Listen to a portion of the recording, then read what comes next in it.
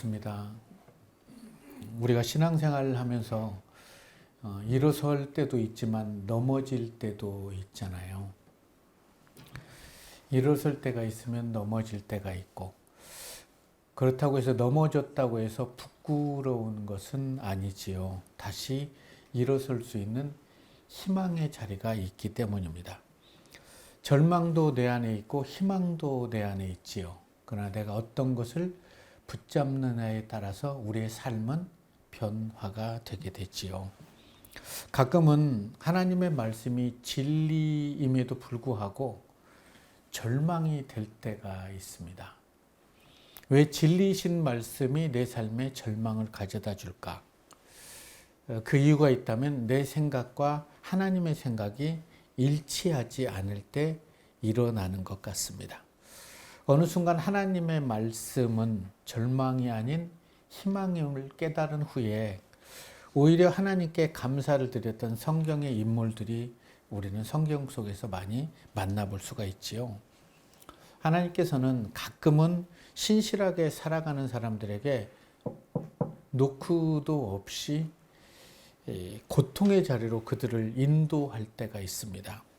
고통은 우리의 관심을 하찮은 곳에서 아주 중요한 곳으로 옮겨 놓기 위한 하나님의 선물임을 깨닫게 된다면 우리가 고통의 자리에서 하나님, 이 고통을 주신 하나님의 뜻이 무엇일까요? 묻게 된다면 그 고통을 통해서 하나님은 나를 다듬으시고 또 하나님의 사람으로 세워가는 그것을 깨닫게 된다면 우리는 고통까지도 감사로 하나님께 피어 올릴 수 있을 것입니다. 살아가다 보면 때로는 고통받는 사람을 바라보면서 위로가 되기도 하지만 또 아픔이 되기도 하지요. 내가 아닌 다른 사람들이 잘 사는 걸 보면 축복해 줘야 되는데 썩 마음이 기쁘지 않을 때가 있지요. 왜 나에게는 하나님이 저런 축복을 주지 않지? 그런데 다른 사람이 잘 되는 것을 그 사람을 통해서 잘 들여다본다면 그 사람을 배울 수 있다고 그래요. 예수님께서 이 땅에 오셔서 공생의 사역을 할 때 예수님을 시기하던 무리들이 많았죠. 그들은 모두 예수님을 핍박하고 십자가에 못 박았습니다. 그러나 예수님의 삶을 배우려 했던 사람들은 예수님의 제자가 돼서 온 땅에 예수 그리스도의 복음을 전할 수 있었습니다. 오늘 함께 은혜 나눌 말씀은 요나서 1장 1절에서 3절의 말씀입니다. 저랑 한 절씩 나눠 읽겠습니다. 여호와의 말씀이 아미떼 아들 요나에게 임하여 이르시되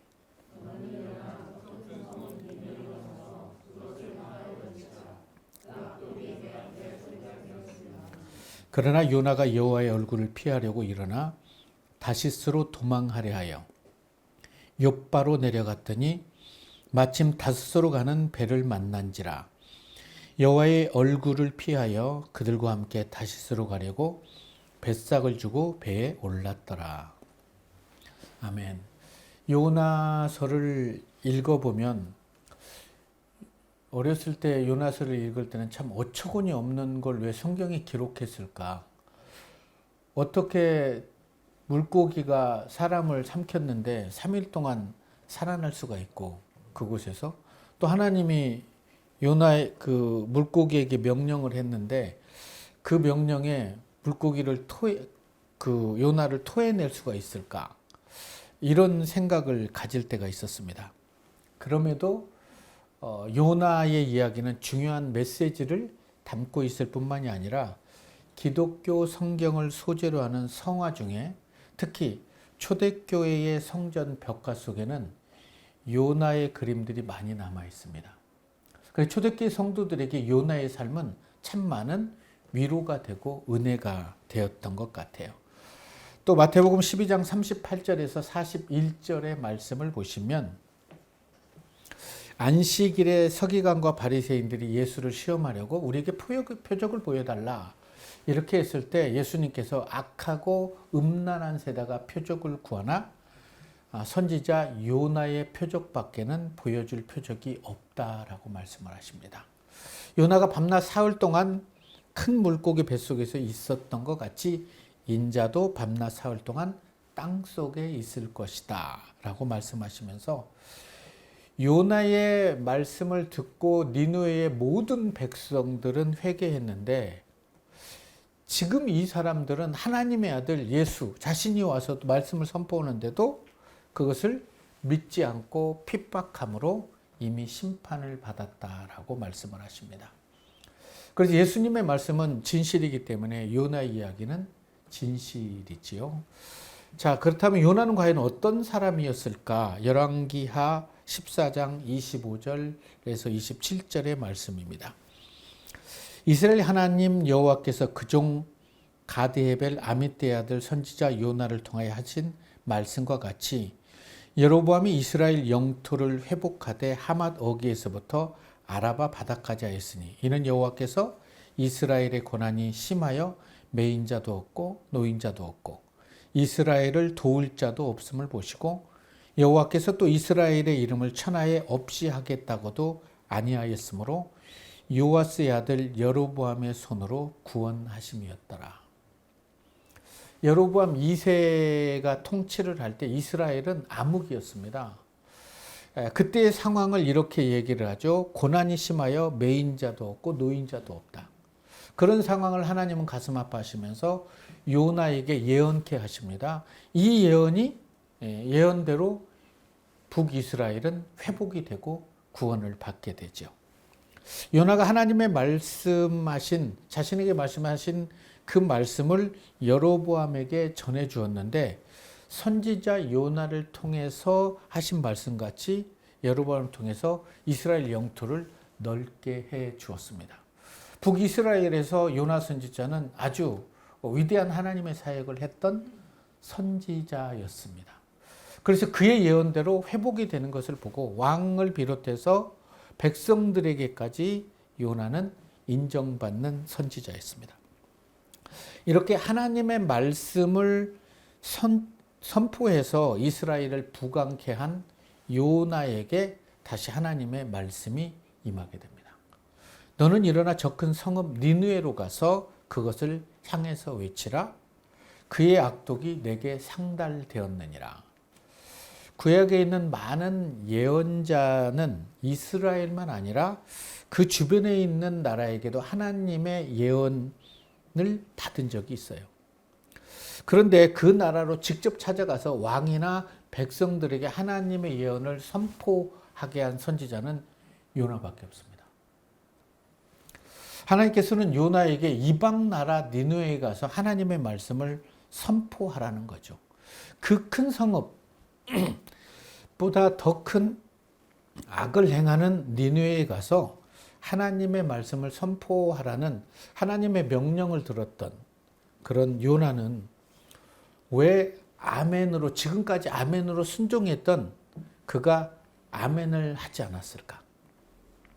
니느웨는 티그리스 강가에 있고 아수르에서 가장 큰 도시였습니다.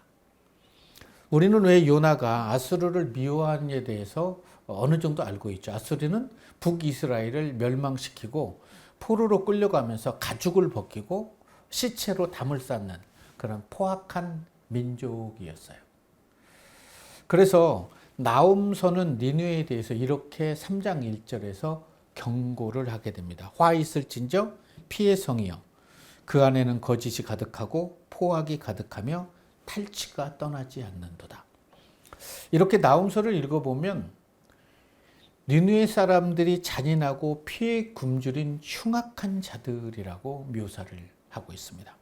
후대의 예언자들 나홈과 스바냐는 니느웨의 끝없는 잔인함 때문에 그들은 파멸에 이르게 된다라고 선포를 합니다. 요나가 복음을 전했을 때 그들은 다 회개를 했지만 어느 정도 세월이 흐른 후에 또다시 끝없는 잔인함으로 인해서 BC 612년에 그 도시는 파괴됐고 그곳에서는 사람이 살 수 없는 곳이 되었던 것이 니느웨입니다. 하나님께서 이러한 니느웨의 요나를 보내려 했지만 요나가 하나님의 눈을 피해버린 것은 하나님의 생각과 요나의 생각이 달랐기 때문이에요. 우리가 하나님의 은혜를 경험하려면 하나님의 생각과 나의 생각을 일치할 때 하나님의 은혜가 부어집니다. 그런데 요나가 생각해 보니까 그런 짐승 같지도 못한 민족에게 복음을 전하게 되면 하나님이 그들에게 감동을 줘서 회개를 하면 하나님이 용서하신다는 사실을 알기 때문에 그들이 그 잔악한 사람들이 용서를 받느니 차라리 자신이 죽는 게 낫다. 나 한 사람 희생해서 그 잔인한 사람들을 죽는 게 낫다. 이런 생각이 요나의 생각이었고 유대인들, 히브리인들의 생각이 그랬잖아요. 신약에서도 이방인들이나 세리나 창녀나 이런 사람들을 사람으로 취급하지 않았던, 오직 아브라함의 후손들만 구원을 받는다는 그런 생각이 가득 찼기 때문에 한 영혼을 위한 하나님의 마음을 요나는 읽지 못했기 때문에 그곳에 가지 않습니다. 그 악독이 내게 상달되었음이니라 라는 이 표현은 히브리인들이 쓰는 독특한 표현으로서 더 이상 봐주려 해도 봐줄 수 없는 상태. 그게 악이 넘치는 상태라는 거죠. 그래서 이 그릇을 비워버려야 되는 상태예요. 자, 그렇게 더 이상 봐줄 수 없는 상태라면 그냥 심판하시면 되지. 왜 나를 보내서 그들에게 하나님의 말씀을 선포하게 하자는 거예요.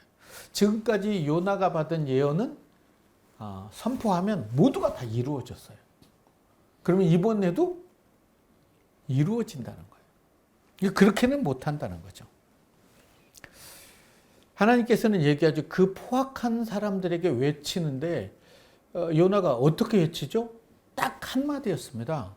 40일이 지나면 니느웨 성이 무너진다. 이렇게만 외치라는 거예요. 근데 이 말을 듣고 그들이 회개치 않으면 내가 심판하겠다.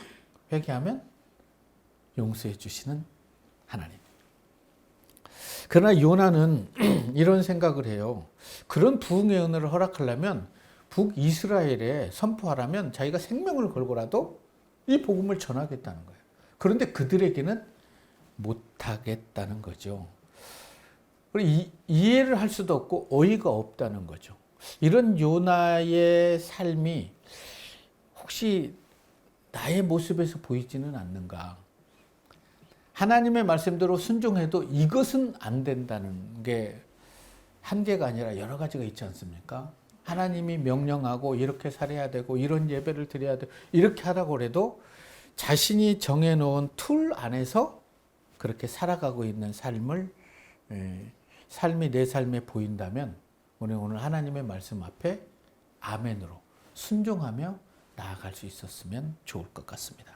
3절의 말씀을 보면 그러나 요나가 여호와의 말씀대로 생명의 복음을 니느웨에 선포하러 갔더라라고 하면 얼마나 좋았겠습니까?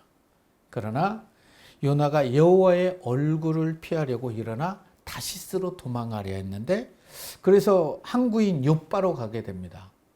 그 욥바로 딱 갔는데요. 1년에 2번, 6개월에 한 번 출항하는 다시스 배가 기다리고 있는 거예요. 하나님의 은혜죠. 내가 하나님의 말씀을 거부하고 죄를 지려고 하면요. 모든 것들이 돕습니다. 아주 순조롭게. 그런 것들이 보이죠. 그래서 뱃삭을 주고 거기에 올라가게 됩니다. 6개월에 한 번 있는 그 배가 거기에 딱 마침 출발 5분 전인 거예요. 뱃삭을 주고 타게 되는데 니느웨는 예루살렘 동쪽에서 약 800km 떨어진 곳이고 다시스는 예루살렘에서 서쪽으로 한 3200km 떨어진 곳이에요. 거기까지 가면 하나님이 그곳까지는 하나님의 영역이 미치지 않을 것이다. 라는 게 요나의 생각이었던 거죠. 그래서 도망가는 것이 하나님의 일을 도와주는 것이다. 최선의 삶이라고 요나는 생각했던 것 같아요. 나의 최선이 하나님께 최악일 수 있다는 것을 혹시 알고 계십니까? 신실한 그리스도인이라고 할지라도 영혼이 어두워지는 데는 그리 오랜 시간이 걸리지 않습니다.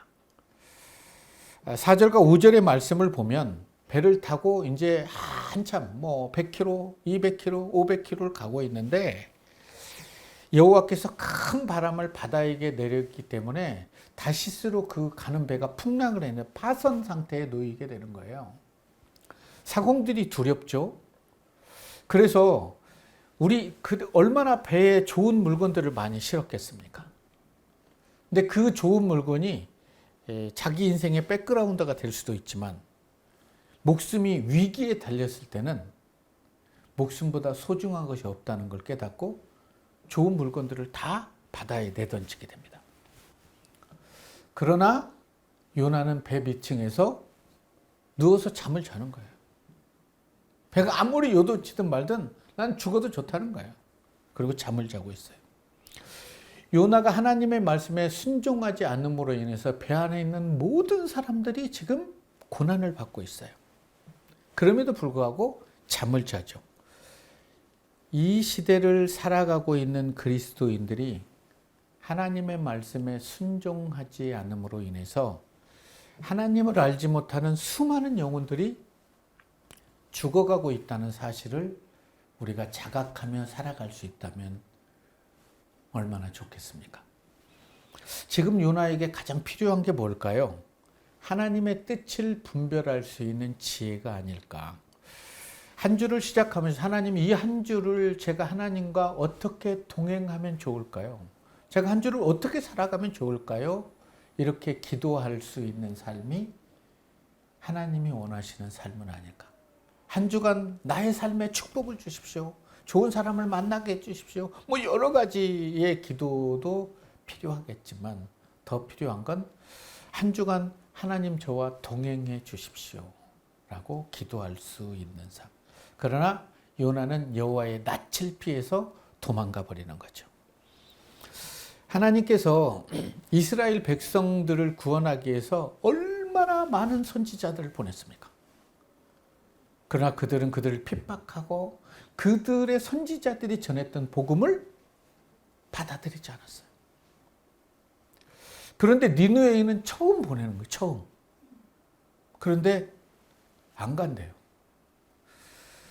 자, 우리는 어떻습니까? 얼마나 많은 세월 동안 이 땅에 복음이 들어온 지 한 140여 년 됐는데 수많은 선지자들과 목회자들을 통해서 생명의 복음을 전하고 있지만 그래서 그들이 여호와께 돌아오라고 하나님의 말씀을 선포하지만 얼마나 돌아오고 있을까요? 6절의 말씀입니다. 선장이 그에게 가서 얘기하죠. 자는 자여 어쩌미냐? 일어나 내 하나님께 구하라. 이것이 도망친 요나에 대한 하나님의 반응이었어요. 목소리는 선장의 목소리였지만 하나님의 음성이죠. 지금 자는 자여 어찌하며 왜 너 여기서 자고 있냐는 거예요. 니느웨에 가서 내가 너에게 맡긴 그 말씀을 전해야 되는데 왜 자고 있느냐. 하나님의 명령에 순종하지 않고 숨어있는 요나를 하나님께서는 이방인들 앞에서 드러내기 위해서 폭풍을 사용하고 선장을 사용하고 나중에는 제비뽑기까지도 해서 이방인 앞에서 요나가 누구인지를 드러내게 합니다.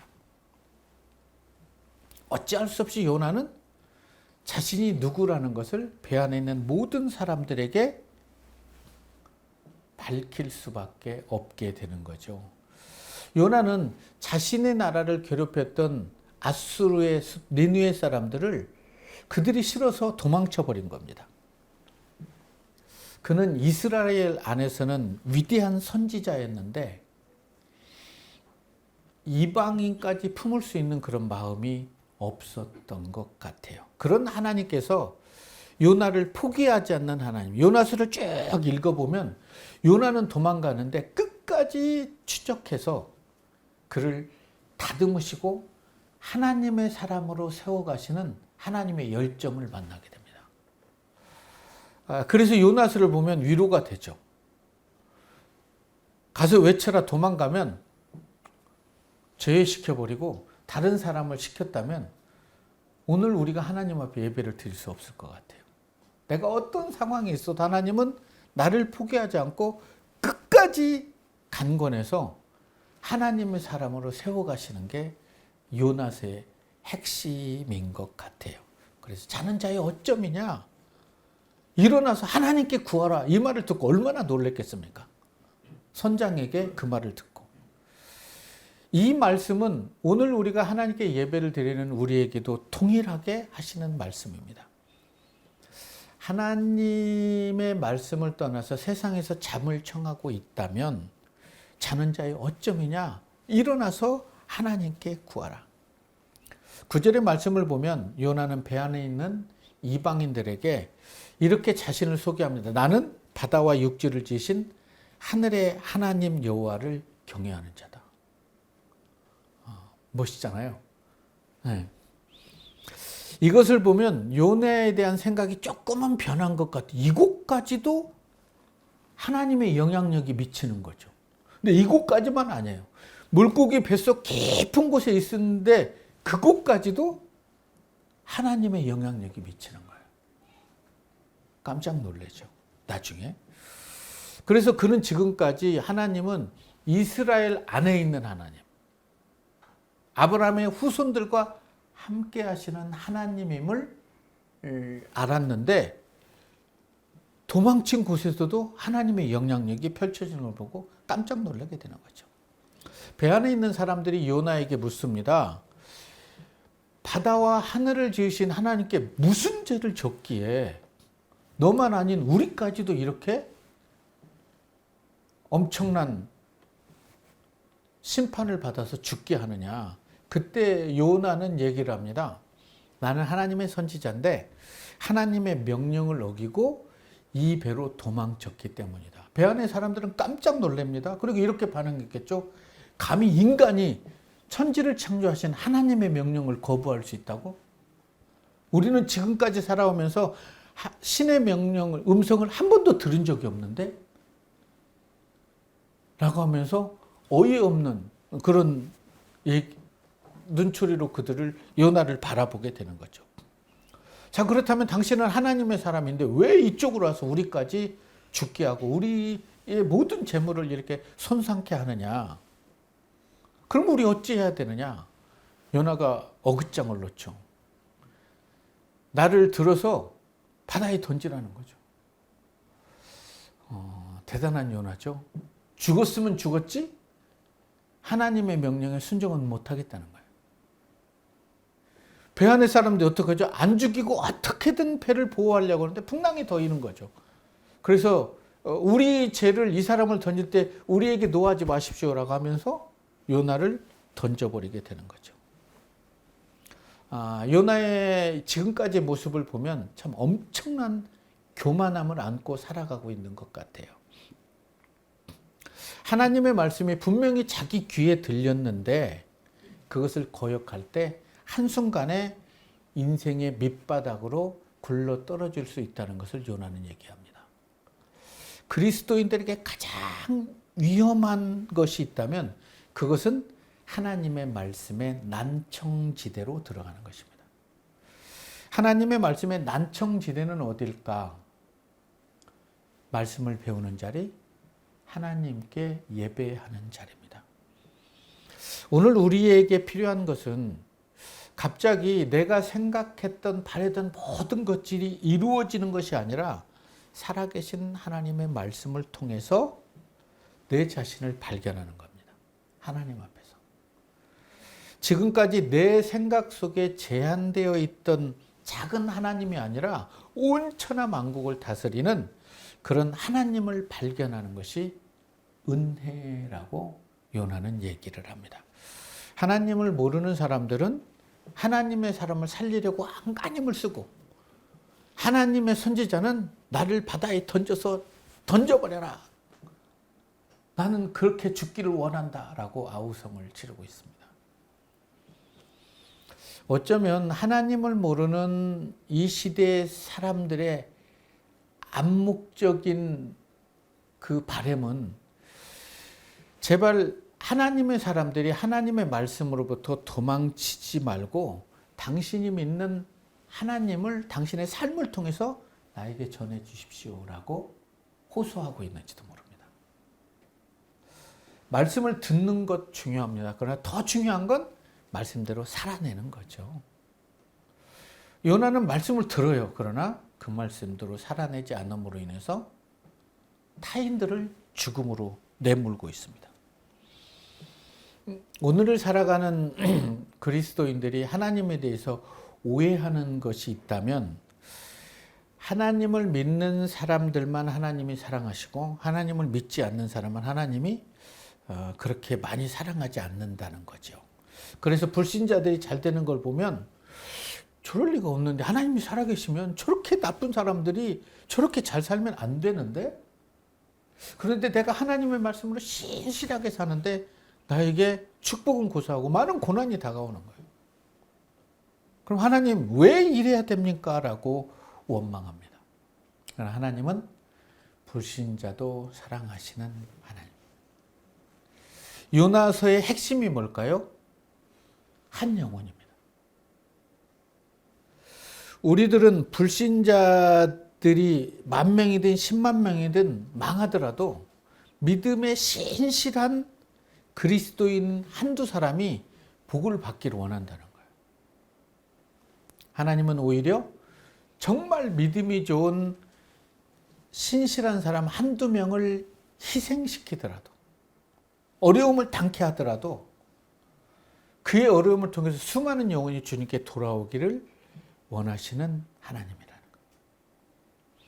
요나를 부르신 목적, 천하보다 귀한 수많은 영혼을 구원하기 위함이었는데 요나는 그것을 받을 만한 그릇이 안 되었던 거죠. 그래서 그들은 심판을 받아야 되고 하나님의 백성들만 축복을 받아야 된다. 하나님은 우리를 생명처럼 사랑하시지만 우리의 죄 때문에 우리를 심판하실 수밖에 없었어요. 그런데 하나님은 우리를 심판하지 않으시고 독생자 예수를 이 땅에 보내서 그에게 우리의 모든 죄를 담당시키시고 십자가에 못 박아버렸어요. 그의 피로, 그의 죽음으로 우리가 구원을 받았죠. 아들을 십자가에 못 박은 하나님의 은혜로 우리가 용서함을 받았지 않습니까? 예수님께서는 이방인들을 살리기 위해서 많은 매를 맞으셨습니다. 이방인을 살리기 위해서 자신을 십자가에 내어놓았다고. 그리고 십자가에서 이렇게 얘기해요. 저들이 알지 못하니까 저들의 죄를 용서하라고 그렇게 하나님께 간구를 하게 됩니다. 예수님을 시기했던 사람들은 예수님을 십자가에 못 박았지만 예수님을 배우려고 했던 제자들은 예수님의 삶을 배운 이후에 그들의 삶에 성령이 임하게 되니까 예수님의 마음을 알아버려요. 그래서 예배 전에 명상으로 봤던 순종의 그런 삶처럼 제자들은 불모지에 가서 복음을 전하다가 활에 맞고 목이 잘려 죽고 십자가에 달려서 자기의 생명을 내어놓으면서 기쁨의 감사를 흘릴 수 있습니다. 그들의 삶을 통해서 우리에게도 복음이 전해지게 되는 것이지요. 지금 요나는 알지 못해서 그랬어요. 근데 요나서 마지막은 또 허무하게 끝나요. 이 많은 영혼을 내가 사랑함에 마땅하지 않니? 그런데 그 이후에 요나는 그걸 깨달았던 것 같아요. 정말 죄송합니다. 하나님의 뜻을 알지 못해서 많은 사람들을 힘들게 했던 저를 바라봅니다. 하고 아마 요나는 평생 니느웨에 가서 선지자로서 인생을 마감하지 않았을까. 저는 그렇게 생각도 해봅니다. 다른 사람들이 당하지 않는 어려움을 당할 때 두려워하기보다는 고난을 허락하신 하나님께 물어보시기 바랍니다. 하나님, 이 고난을 통해서 내가 어떻게 하나님의 사람으로 세워져 가기를 원합니까?